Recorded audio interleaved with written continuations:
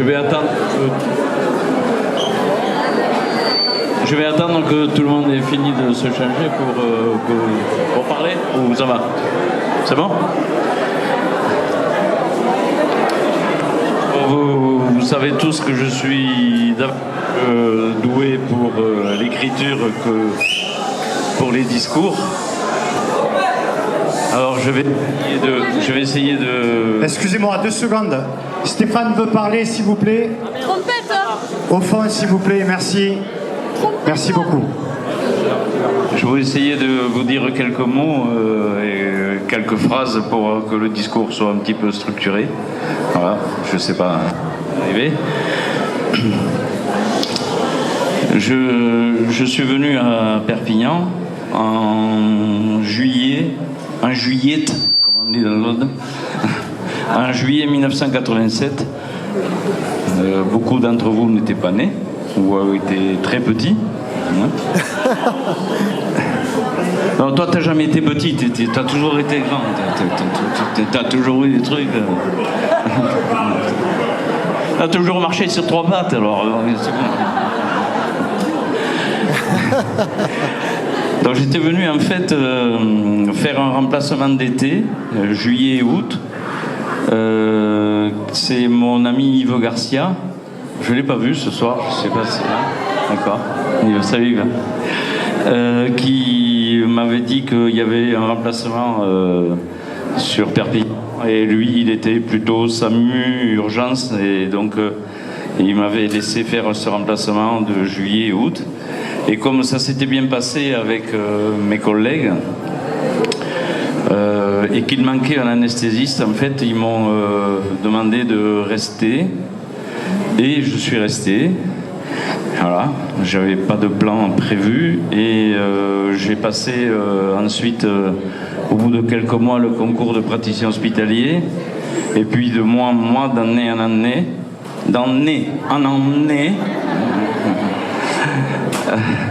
et de décennie en décennie, je suis arrivé au bout de presque 38 ans de carrière devant vous.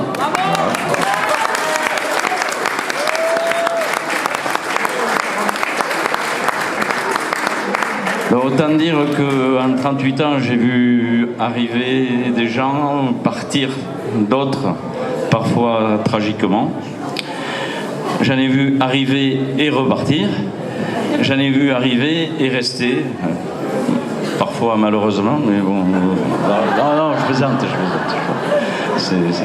C'est une blague de mauvais goût. Voilà, non, tout ce qui peut se passer dans une carrière, 38 ans, c'est énorme. Donc on croise beaucoup de gens.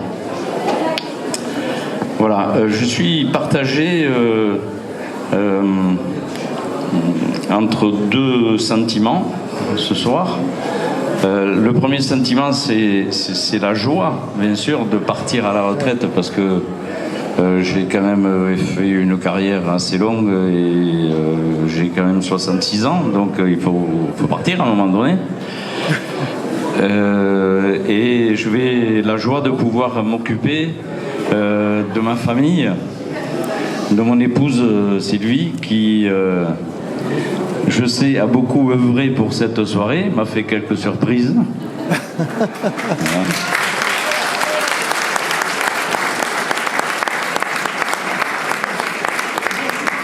Et puis de mes enfants et de mes petits-enfants surtout, je vais avoir davantage de temps à leur consacrer. Et puis reprendre quelques activités aussi que j'avais un petit peu délaissées. La guitare, à laquelle m'avait initié le même Yves Garcia, lorsqu'on était étudiant, ça remonte à quelques années. Et la pêche, bien sûr, voilà, les mots croisés, voilà, beaucoup de choses. L'église. Alors, l'église, tú eres el diablo. Si.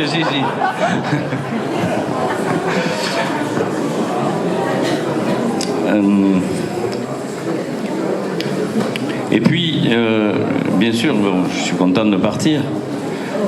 Et d'un autre côté, j'ai un autre sentiment, j'éprouve un autre sentiment, je ne sais pas trop comment le qualifier, j'appellerais ça de la nostalgie certainement, D'abord la nostalgie du temps qui passe, parce que voilà, en étant réaliste, j'attaque le dernier quart de ma vie. Et les 66 premières années qui se sont écoulées se sont passées très très vite. Et voilà, le temps passe très vite. Quand je suis arrivé à l'hôpital, il y avait des gens qui avaient 50, 55 ans et qui disaient que le temps passait vite. Je les prenais pour des vieux cons. Et maintenant, c'est moi le vieux con. Voilà.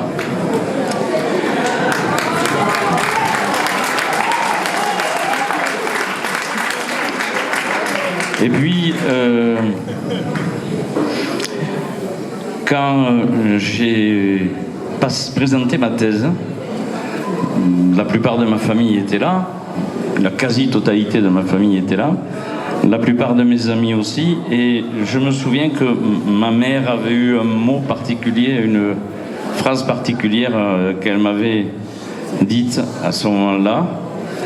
Elle m'avait dit: tu vas avoir un métier à responsabilité et tu vas devoir, pour qu'on puisse reconnaître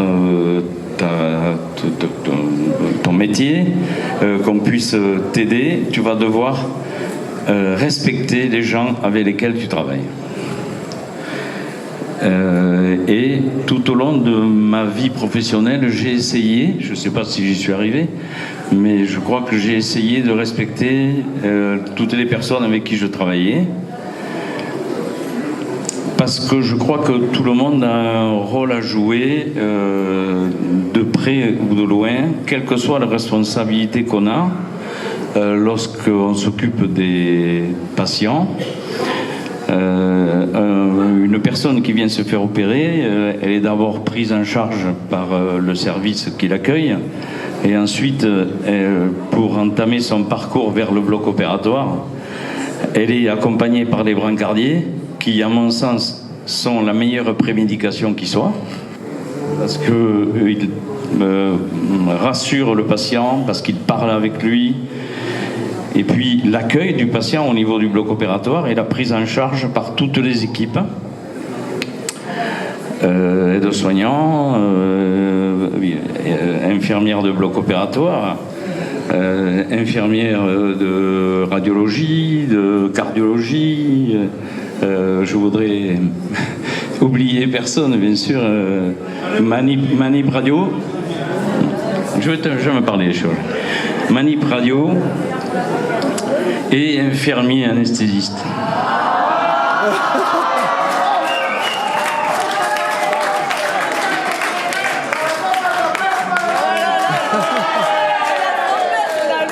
Excusez-moi, je vous tourne le dos.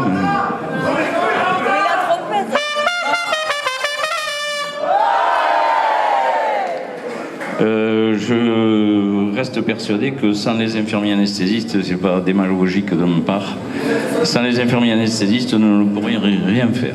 Nous, médecins anesthésistes. Et toutes ces équipes-là œuvrent pour nous, médecins anesthésistes et chirurgiens ou intervenants chirurgicaux, pour que nous puissions travailler dans les meilleures conditions possibles et que nous puissions donner au patient ce qu'il est en droit d'attendre. Et puis, une fois qu'il est réveillé, bien sûr, il va en salle de réveil, où il est pris en charge par les infirmières et les aides-soignantes de la salle de réveil, qui font un boulot remarquable. Voilà. Et parfois, il est aussi orienté, en fonction de sa pathologie et de l'importance de l'opération, vers la réanimation chirurgicale qui finit la boucle qui est faite sur ce patient.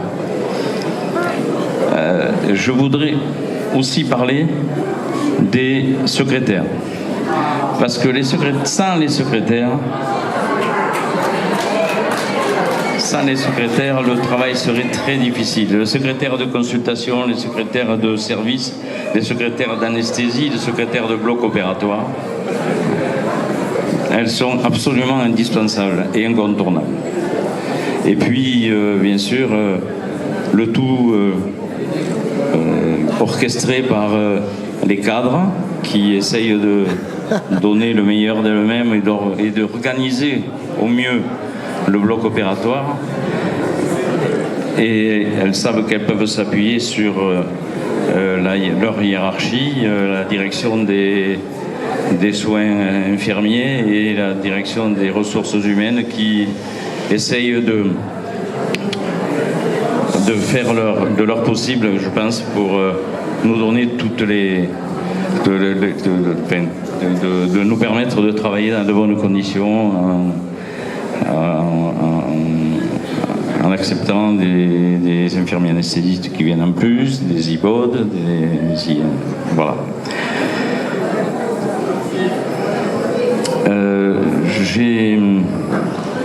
Je vais bientôt terminer parce que quand même, pas abuser. Je vous souhaite de continuer à travailler dans la meilleure harmonie. Je pense que la phrase que me disait ma mère de respecter les gens, en fait, c'était respecter leur travail. C'était leur faire comprendre que tout le monde est important. Et j'espère y être arrivé, je sais pas.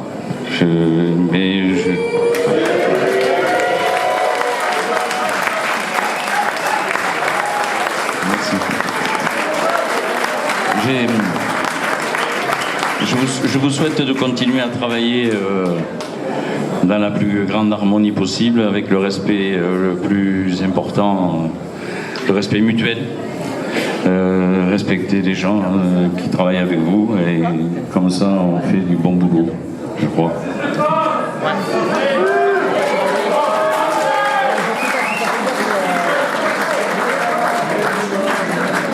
Je vous remercie toutes et tous d'être venus, toutes celles que je viens de citer, mais aussi mes amis qui sont venus aussi me voir pour cette soirée, dont certains sont dans le milieu médical, mais la plupart non. Et puis ma famille, mon épouse, mes enfants, mon beau-frère, ma belle-sœur, mes cousins toulousains, et tous mes cousins côté Bonnefoy, côté Gardois et Héroltais, dont j'ai eu la surprise d'avoir la présence ce soir. Voilà, je vous remercie d'être venus pour cette soirée qui était exceptionnelle pour moi. Je vois est bien assuré avec la bande de joyeux troublions qui ont fait ce spectacle magnifique. La relève est assurée, je suis rassuré à ce niveau-là. Je les remercie encore de m'avoir offert ce spectacle qui était à la fois rigolo et émouvant. Voilà.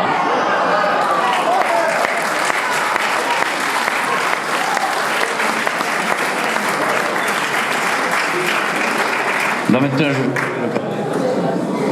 je vais arrêter de manger, je crois. Ouais. Il y a un repas qui nous attend, un plat chaud et le dessert. Voilà. Donc encore merci à toutes et à tous. Merci.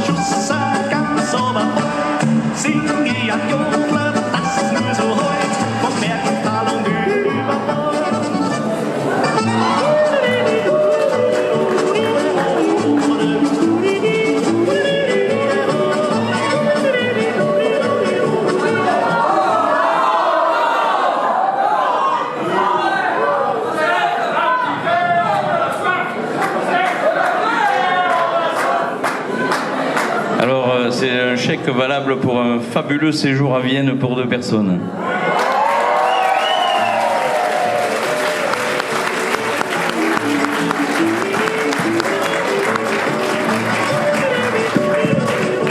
Grâce à vous tous, Stéphane et l'élu de son choix pourront partir à Vienne de nombreux jours. Plus de 2000 € te seront remis pour pouvoir faire ce joli voyage. Tu peux remercier tout le monde. Et par contre, ce cadeau que tu vas ouvrir, ça n'a rien à voir avec Vienne et avec le voyage. Le hasard fait que tu vas l'ouvrir, mais c'est une petite attention. Fais une grosse attention. Enfin bon, voilà.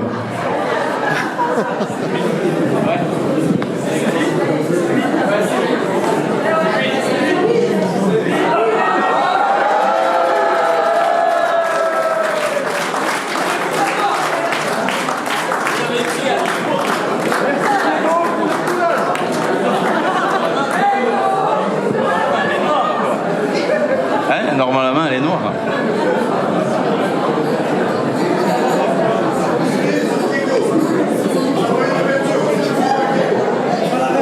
Ah, j'ai pas la peine.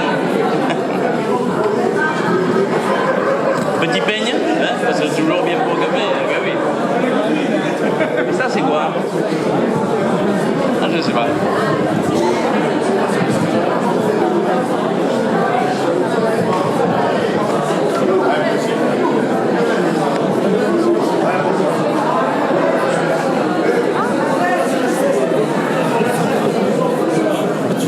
Attention, hello.